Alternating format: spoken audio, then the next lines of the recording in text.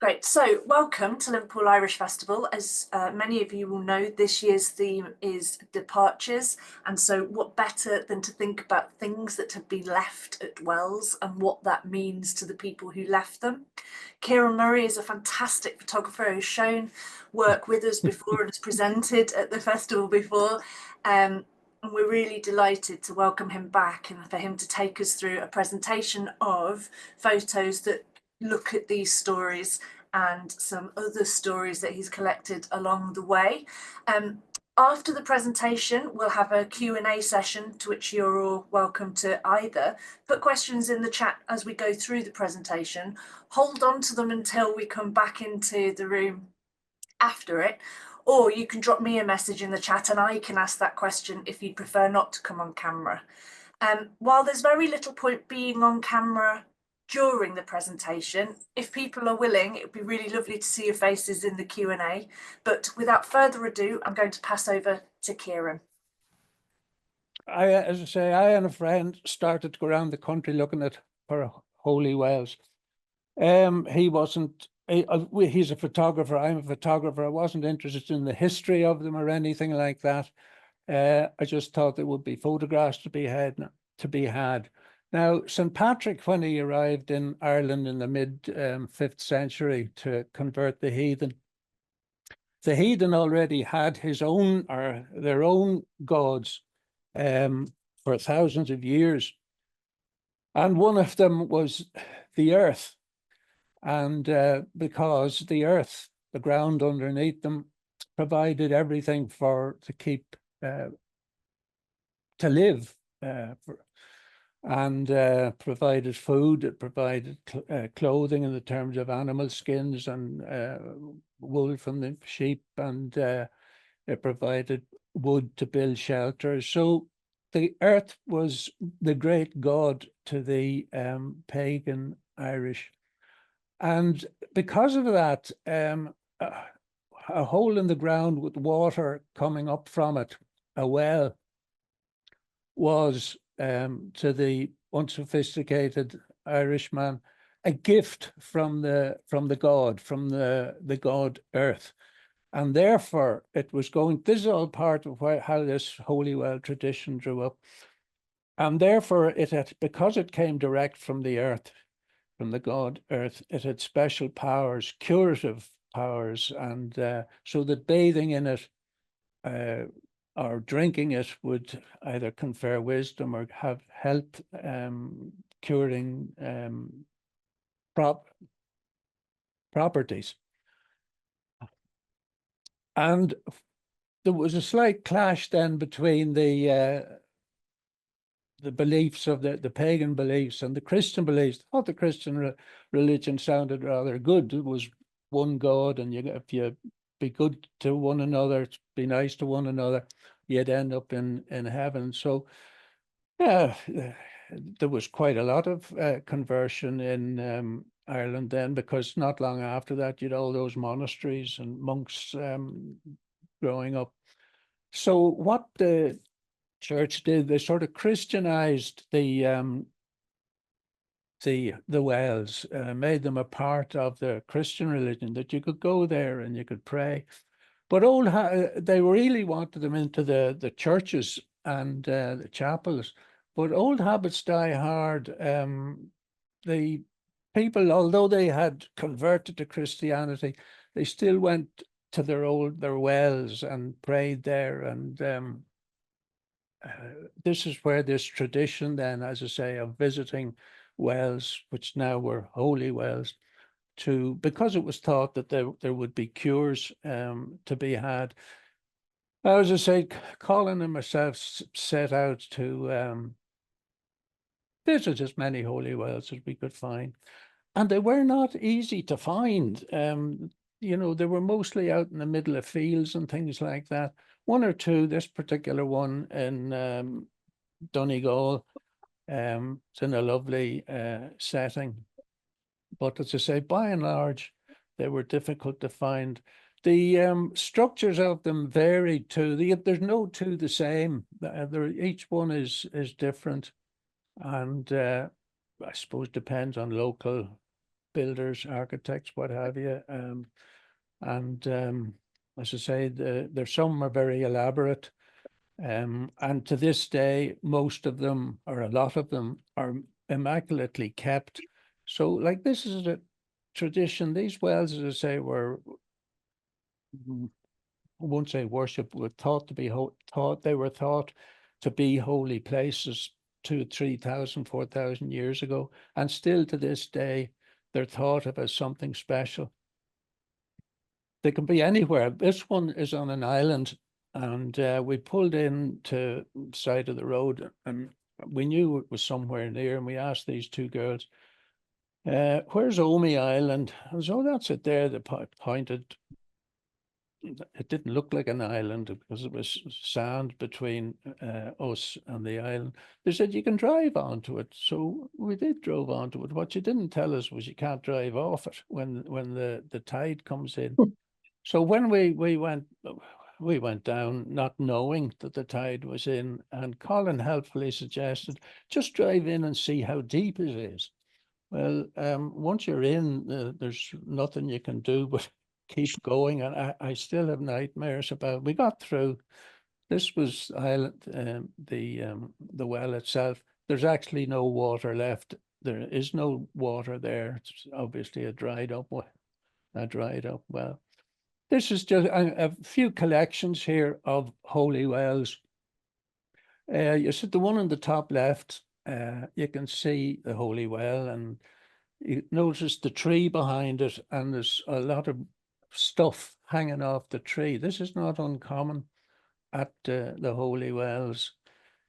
You see the same thing in the picture directly below it, rags hanging from the trees.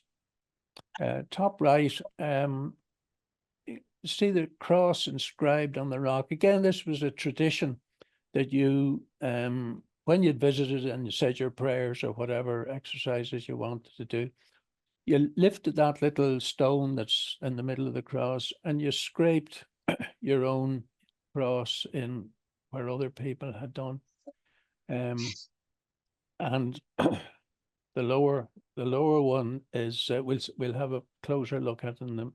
But just to show you, there's very few of them in, in among a lot of houses or farms or stuff. They're on farms, all right, but you have to walk through fields to get to them. There are very few tracks or paths to them. They are beautiful, as I said. The more you visit them, the more you began to appreciate just what a lovely thing they were in the countryside. What a lovely addition they were to it. As I say, no two the same. And there was always a sense of anticipation when you knew there was a holy well. You read somewhere there's a holy well in such and such a townland. And there's always this anticipation of what's it like. And some of them really were gorgeous, was the only word, and beautifully maintained, so many of them, and yet they were so out of the way. This holy well has its own, almost you could say, roadway. This path doesn't go anywhere other than to that holy well. And that's the well itself. And as you can see, it's pretty well made sculpture or structure around it. And again, nothing but fields around it. This is St. Patrick's and his own holy well, one of them, on Achill Island. Again, in a lonely place. This St. Maling's well in Kilkenny. As I say, they're all so different and so beautiful. I mean, we crossed 2 or 3 fields and over across a stream to get to this one. And yet, as you can see, there's facilities there to sit and worship or meditate, whatever you want to do. It's a very, very pretty well, as I say, in the middle of nowhere. Some of them are much more elaborate. This one, for example, this one's in Roscommon. And you can already start to see the stuff that's hanging or stuck onto this statue. rosary beads and bits of twine and God knows what else. This is a holy well, obviously, that has been abandoned and unused for years. But as I say, many of them are very well kept. This is I liked this little one. This one is visible from a main road, and you would think that people would. It's not too far out of a village. You'd think people would tidy it up because tourists would, some of them would like to track down holy wells like myself, but it wouldn't take an awful lot to tidy that. This is a picture of that little altar at the back there. And this is a sort of thing that a photographer like myself and my pal like to photograph decay. And this one is on the contrary. This one is that's Galway Bay behind it, and you can see the conurbation across the water there. And where I took this photograph, if I turn around 180 degrees, this is what's photographed. That's one of the busiest roads into Galway. So as I say, they're not all in lonely places. This little, the stories from the Holy Well, this Holy Well, dedicated to St. Michael the Archangel, is in a little village called Kilmihil in Clare. And we stopped in the main street. It is a little village. We stopped in the main street. There was two girls there, and said, "Could you tell us where the Holy Well is?" The what? The Holy Well. I don't know anything about a Holy Well. Mary, do you know anything about? No. Well, that's funny. I thought, I was sure there was a Holy Well here. Right, sorry about that. No, that's okay. Drove down the village a bit and turned left, and we came to this. This is the Holy Well. And that girl who lives in the village knows nothing about it. She obviously passes it, so since she was born so often, it doesn't register with her as to what it is. But anyway, that was another Holy Well. Now, aren't they just gorgeous when you look at them? Some of them, particularly that top right one there with the hawthorn. It's a double well, or two wells there. And again, you see on the bottom left here, the one with the stone and the engraving on it, and the little stone there left ready for you to inscribe your cross.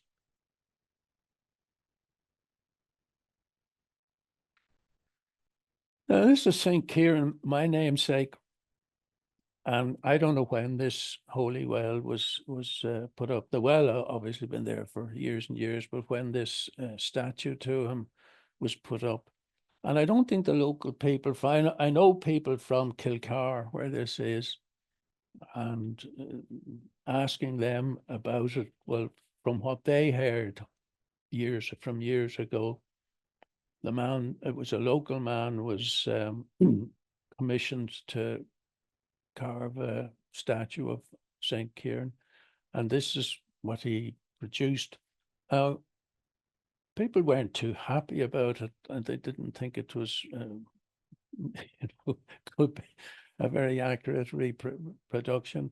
But the man who sculpted it said that he had met St. Kieran one night. He was making his way home, and he had met St. Kieran, and this is actually what he looked like. So there really was no argument to that, because nobody else had seen him.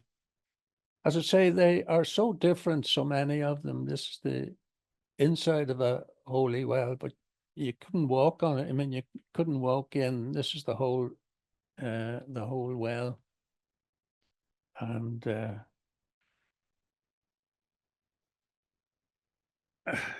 from John and Bridget Lawrence and kids, Castlebar. That's obviously the patron who presented them with, I don't know. And this is another St. Patrick's Well. St. Patrick got about a bit. This one is in County Down, not far from me. I would pass it quite often on doing a coastal walk. And this beautiful little well is on the coast of County Clare. And again, you had to walk over where there's no track or path to this well. And if I took 2 steps backward from where I took this picture, I was over a cliff and into the Atlantic. So that's how out of the way this well is. And there's obviously is maintained, painted, not too long before that. Now, I talked earlier about the tying rags to trees. This holy well is in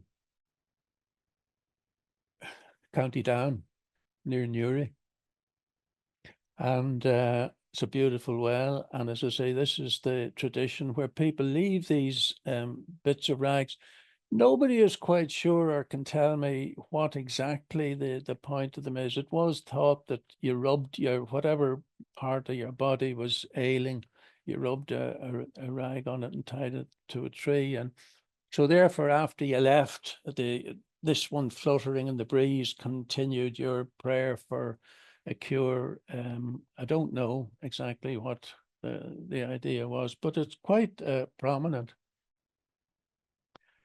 Now, this one, there is a bit of a story to this insofar as it does look, there's not much else at this well except these ornaments.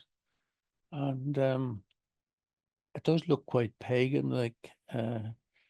But this is called the Mad Woman's Well in Kerry on the Dingle Peninsula. And you'll see there's a sign up there, Tubbern and Gyalt.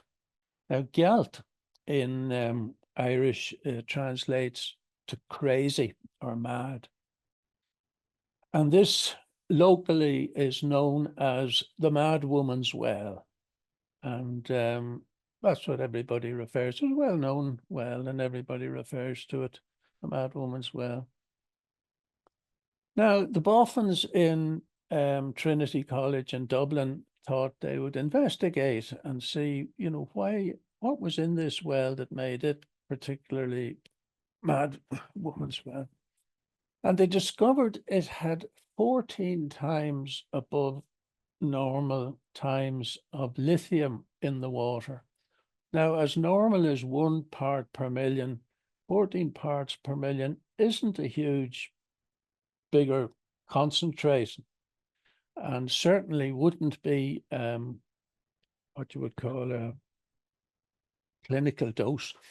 But lithium is the drug of choice today for the treatment of bipolar problems and depression, mental illness. So, as I say, today in modern times, lithium is prescribed for mental illness. This holy well has 14 times the normal for lithium, and I can't and yet it has, become known hundreds of years ago as the Mad Woman's Well. So I don't have an explanation for that. This is another well. Again, you can see the rags, the tradition of putting rags onto the tree nearby. People leave stuff at holy wells. We'll see a lot of it now from here on. They don't tend to leave money. Sometimes the holy well, you will see a couple of coins thrown in. It's a bit of the 3 coins in a fountain sort of thing. People like to throw money into water. But this is actually at the side of a road, and obviously money hasn't been touched. And not everybody is as trusting. This holy well is in Sligo, and as you can see, some of the holy wells are more elaborate than others. There's a nice little walk up around the back of that crucifixion scene up there. But as you go to the holy well is at the bottom here of and it says, please do not drink the water. not very encouraging as a holy well. And then please do not put coins in the well. Now they do have a little box for donations on another pillar. And as you can see, they don't trust the pilgrims too much. They have CCTV in operation and to discourage people breaking in to steal. The donations are collected every day. This is St. Brendan's well in Valencia. St. Brendan is reputed or claimed to have discovered America 1,000 years before Columbus. And yeah. And indeed, if you if you jumped over that altar and then kept going, you would end up in New York. But as I say, Tim Severin in the 1970s redid the journey that St. Brendan is reputed to have done, and he supposedly reached Newfoundland. And Tim Severin built a boat with a cowhide or leather outside, all sewn together with thread that would have been available at the time of St. Brendan. That would have been around 600 and something, and or earlier. And he set out with a few men and to recreate the journey, and he made it. You know, just with sail power, and I mean, it would have been a very primitive boat. To say he built as near as he could get from the descriptions and drawings of St. Brendan's boat, and he reached Newfoundland. Now, I went down one day, that's the well there. I went down one day to take pictures. I'd been down to it before, and so I knew where I was going, and I saw this man sitting at the well, and I thought, I will work my way around behind him, but it'd be nice to get a picture of him at the well. So I did. I walked around, and I got the picture, and he must have heard the click of the camera, and he turned around and he said, "Did you take a photograph?" I thought I was in for a bit of a giving out. He said, "Did you take a photograph?" I said, "I did, yeah." He said, "Am I in it?" And I said, "You are, yeah." He said, "Could you send me a copy of it?" I said, "Well, of course." I went down and sat with him, and we had a great chat for an hour or so about football and one thing and another. And I asked him, what brought him down to the Holy Well? He said, "I have a sore back." Now, I thought I was going to be, part of a miracle here. He said, "I've tried everything for it, and I just thought I'd come down to the Holy Well and see if I get a bit of ease." I said, "If you tried glucosamine?" He said, "No, what's that?" I said, "Well, it's a sort of food supplement, and it's very good at rebuilding cartilage and what have you." I said, "I had a sore neck, shoulder and neck for 15 years, and it defied all the medical people and the physiotherapists and the chiropractors and acupuncture, and none of them did anything good for it. And somebody suggested glucosamine, and it cleared up in 2 months. And I've never had any trouble with it since. So I said I'd send them down. I had buckets of it at home. I sent them down 90-day supply. And so when I was driving away, I was feeling good. I thought, just I'm part of a miracle here today. This man came down looking for a cure, praying for a cure, and I turn up and I give him these. I sent him down, as I say, I sent him down the tablets. And wouldn't it be wonderful to be a part of a miraculous cure like that? So I called, when I was back down in Valencia Island, I called to see him. Oh, we had a great old chat. And I said, "Tell me, what about the back?" He says it's just the same. So I wouldn't necessarily put the faith, apart from the Holy Well, I wouldn't put that much faith in glucosamine for everybody. This is a well in County Down, and I do know somebody who drank from the well and ended up very, very sick afterwards. So I wouldn't trust them either. Now, a common feature of all these wells and is the pattern day. And the pattern day is once a year. Each holy well has its own pattern day, and the local populace would come and pray. And in olden days, you know, bring a picnic and what have you, or eat, and they would bring whiskey and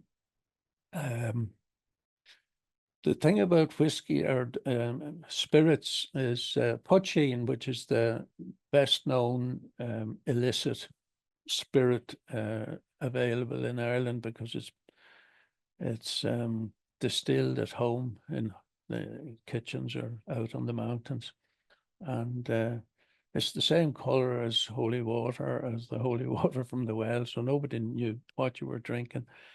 And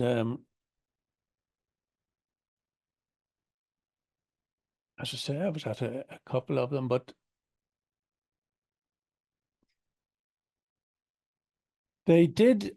The church tried to ban them. You know, the pattern days, not usually, well, not usually, but very often ended up with faction fighting and just chaos, because you know they'd be drinking whatever and drinking the poachine. And local rivalry, when you have a few drinks, local rivalries, the property of you know, local, what shall I say, traditions and that. People in Ireland and parishes they're very parish proud. You know, and they would fall out very easily with people from the next parish. And as I say, they ended up, a lot of them, with them fighting going on. And as I say, the church tried to ban the pattern days. In some instances they did, and but old habits die hard. The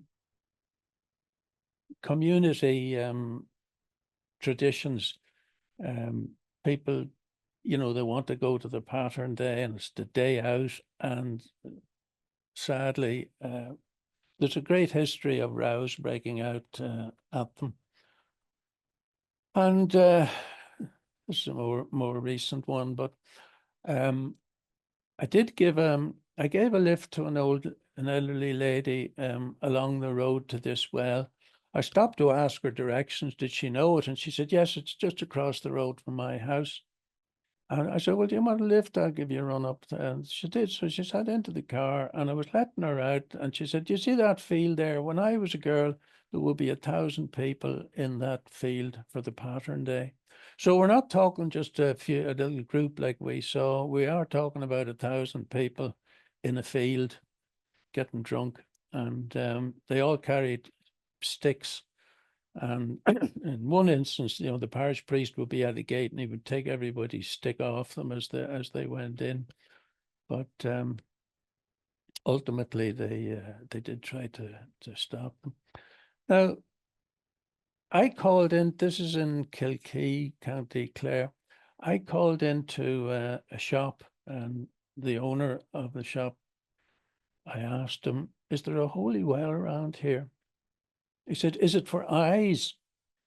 And I was a bit caught on the hop. It was a holy well as far as I was concerned. And I said, yes. And he said, oh, well, it's out that road there. And I was sorry afterwards that I didn't ask him, have you holy wells for other parts of the body as well? But a lot of the holy wells, they'll tell you that you get a cure for sore eyes at that holy well. And when you think of the Irish where they lived at that time, in thatched cottages with an open fire in the kitchen, and turf being the fuel, most kitchens were smoky, and everybody would have suffered from sore eyes. And so the water out of any well would, you know, be a balm on your conjunctivitis or whatever it is.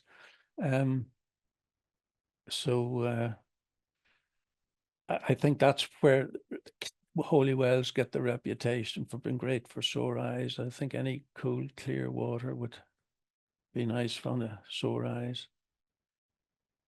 This is just a wee bit of ornamentation at that last well.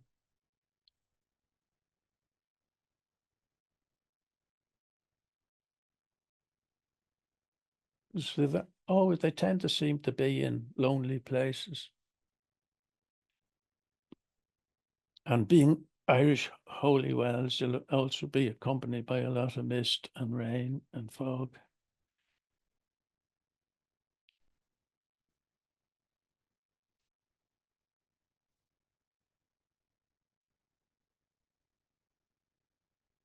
I was in Listowel one day, and there was supposed to be a holy well on the main street, and it wasn't worth photographing it.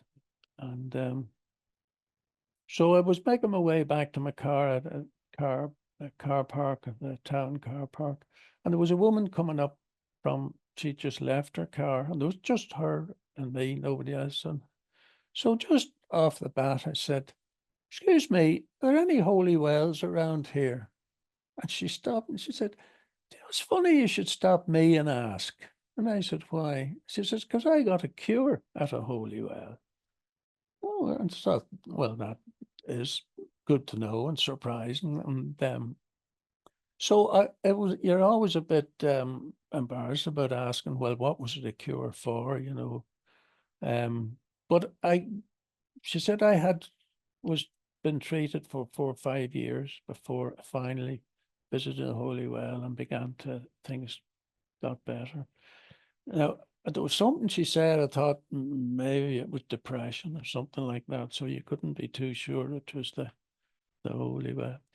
As I say, Colin and myself, our ambition when we started off, it was to get photographs, unusual photographs. And it grew from that into, an actual love. These are the sort of stuff we were looking for. But after visiting so many holy wells, I began to fall in love with the holy wells themselves and develop an interest in them. And why people left some of the things that they left behind them. This thing looks as if it's made out of pipe cleaners or something like that. And it has hair on it, has blonde hair on it. And you wonder, what is the connection? You also wonder, where in the name of God would you get a statue like that to buy if you were looking for one? And it's again the incongruities of the things that are that you come across.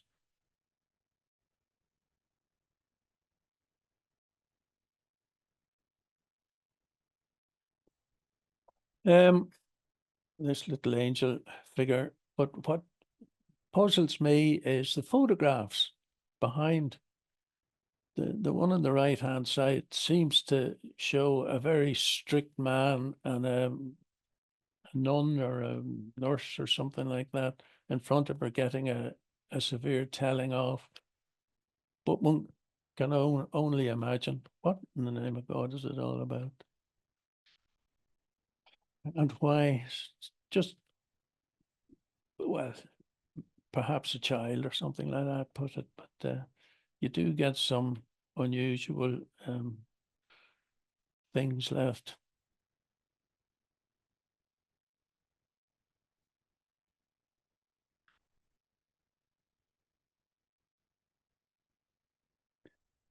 Now, everybody who put something there had a reason for it. They went to the holy well and thought, I leave there's a bracelet, a dice, looks like lip salve or something like that. There's a pen. Get quite a lot of pens and pencils, perhaps people praying for success as an exam. I sometimes think people use the holy well as a way of getting rid of souvenirs or presents people brought back from the Grand Canaries or something. I'll bring it down to the Holy Well and leave it there. Now, this, my friend Colin irreverently called this is St. Bridget's Well in Liscannor in County Clare. He called it the Disneyland of Holy Wells. It's a magnificent display of old statues and religious artifacts and ornaments and petitions stuck up on the walls and that. And we were having great fun there.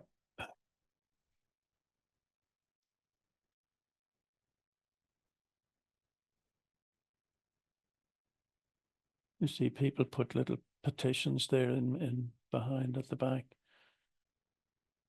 There's years and years of rosary beads strung around those statues and scarps. And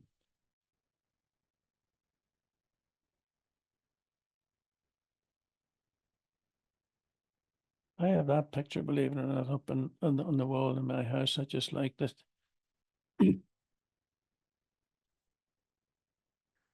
And that's the well.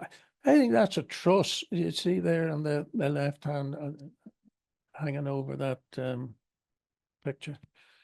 So you get some weird things left. As I say, everybody has their own little problems.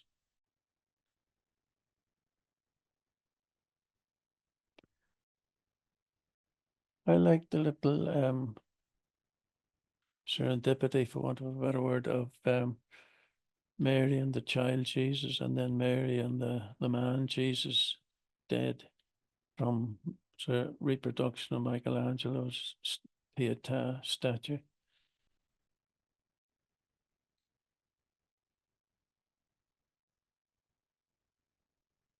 I was outside there sitting fiddling with changing lenses and stuff, and a lady, she was on her way into the well and she stopped to talk to me. She said hello.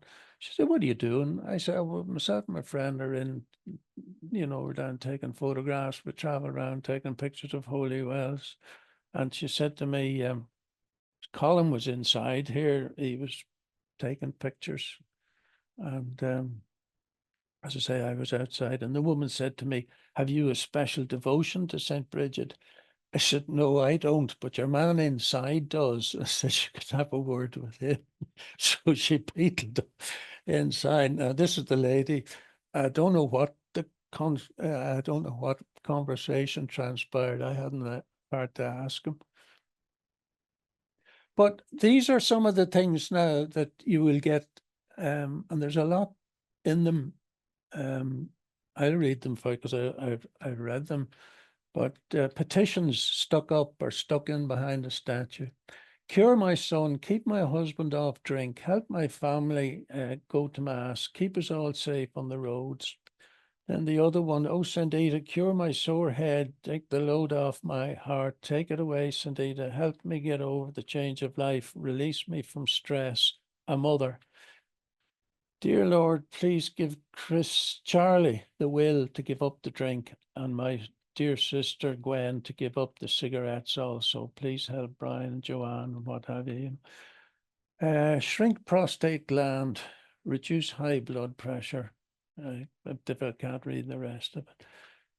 Please help with what you put God in the heart. Daniela has cancer and she's only 3 years old, in need of treatment, which is very expensive, which is why please help us in this time. Like God help them, medical treatment would have been, many years ago, would have been difficult and expensive to get. And God love them, they end up going to the holy well in desperation.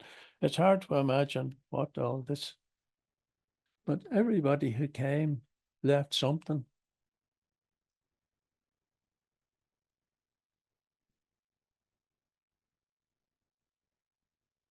And these are usually associated with somebody who's died. And yes.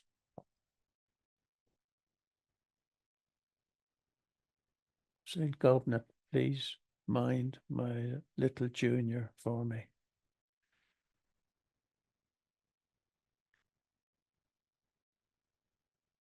I have to know. So my sister that died and all my family, thanks. Pray for Tildes to stop annoying people, and I'm so sorry to don't make me a good singer and a good dancer. God love them. Here's another one. Pray for me and my family for luck and peace and happiness. Pray for the people who did wrong to Mary and Marion, and also pray for so and so and so and so who was ever making a laugh of them. Pray for my daddy to keep off the drink and stop thinking of it. Isn't it awful? That's 3 letters we've seen asking for their husband or father to stop the drink. An awful curse. We'll never forget. God bless. Pray for our family and the Maughan family and help us to take one day at a time. Now, this is a fairly unornate well. God knows how old. It's probably very, very old. And the funny thing about it is around this little field, there are stones laid into the grass and nicely smooth. And you have the neck and you have the heart. You have all the various organs of the body carved into these stones. I presumably you stand there or you kneel there, depending on, you kneel on whichever one pertains to your condition, and pray for an improvement. Again, it's the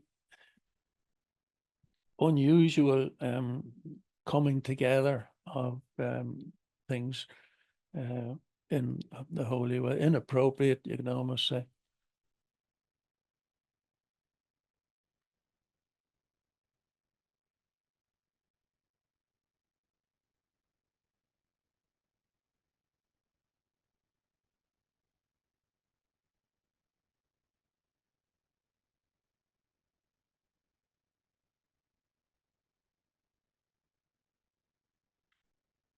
I did mention earlier about eyes, and I suppose with that in mind, you get spectacles left at the holy wells, and whether it's people praying for a cure or people who got a cure, unlikely, but you see the glasses hanging there.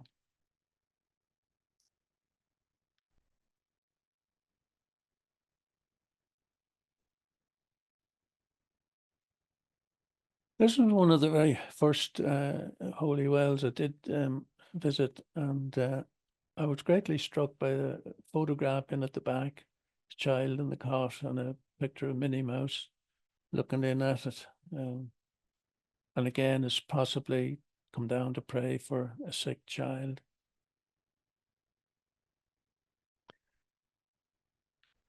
This is another fabulous well. We had a lot of time for it.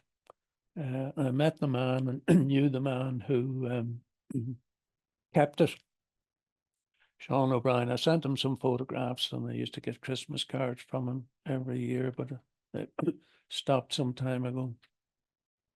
And he would come down every day and light those little candles there.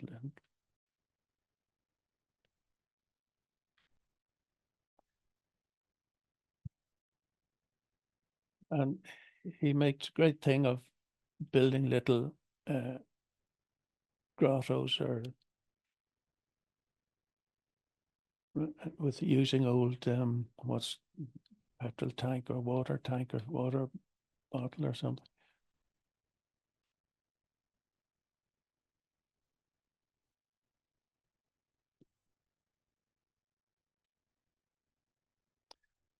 So you never know what you're going to see.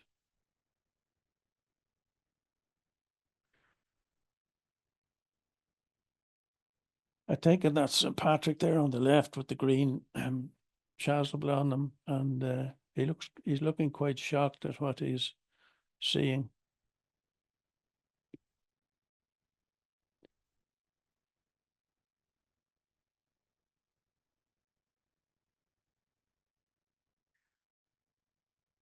Where would you go to get a statue like that?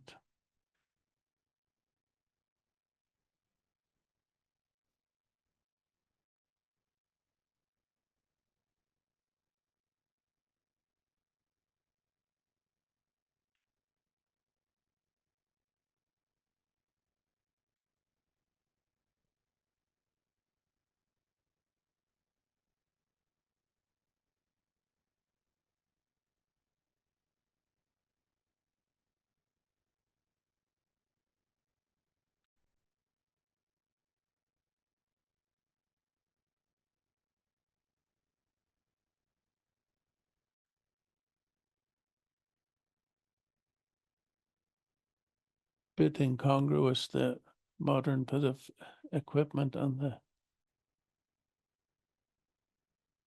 little scene at the back.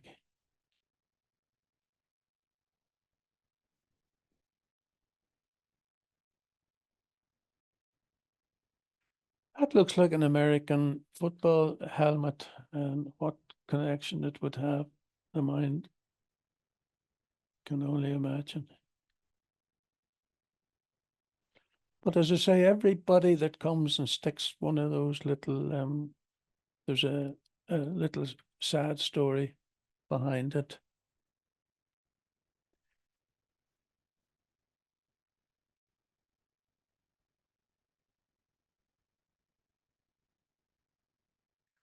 So really, with having spent a lot of time, as I say, I have come to very much love and admire the people over the last 50 years or so that have come to the well. I sort of even feel a certain fellowship with them.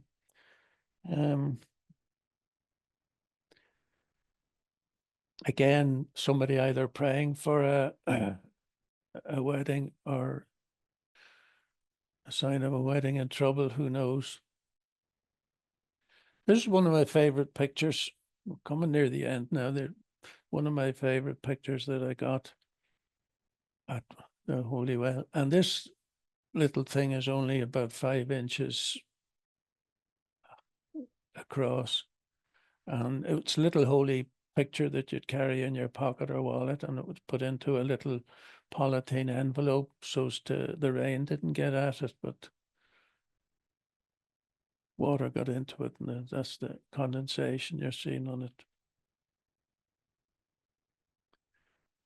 This again is at a holy well for people with mental disorders, and it's actually it's a changing room because you had to immerse yourself. It's quite a big hole out there. There wasn't any water in it, and again, it was for people with mental disorders, and they had to immerse themselves or be pushed in. I don't know, into the water, but this is the wee changing room, and as I say, this just looks so out of place here, incongruous.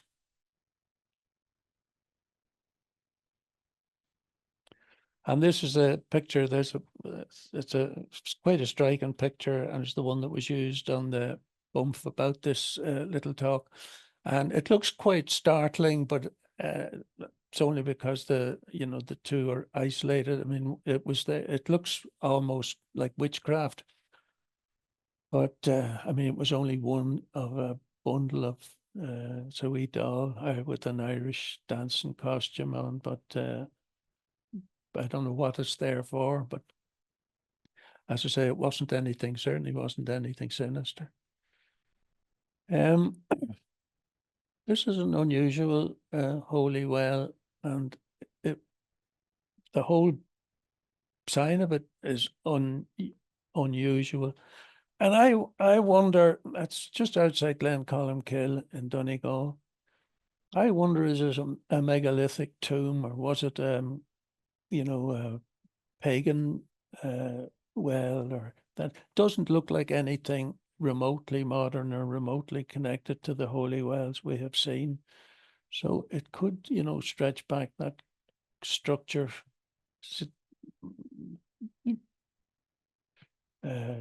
Could have been there, could be there for thousands of years.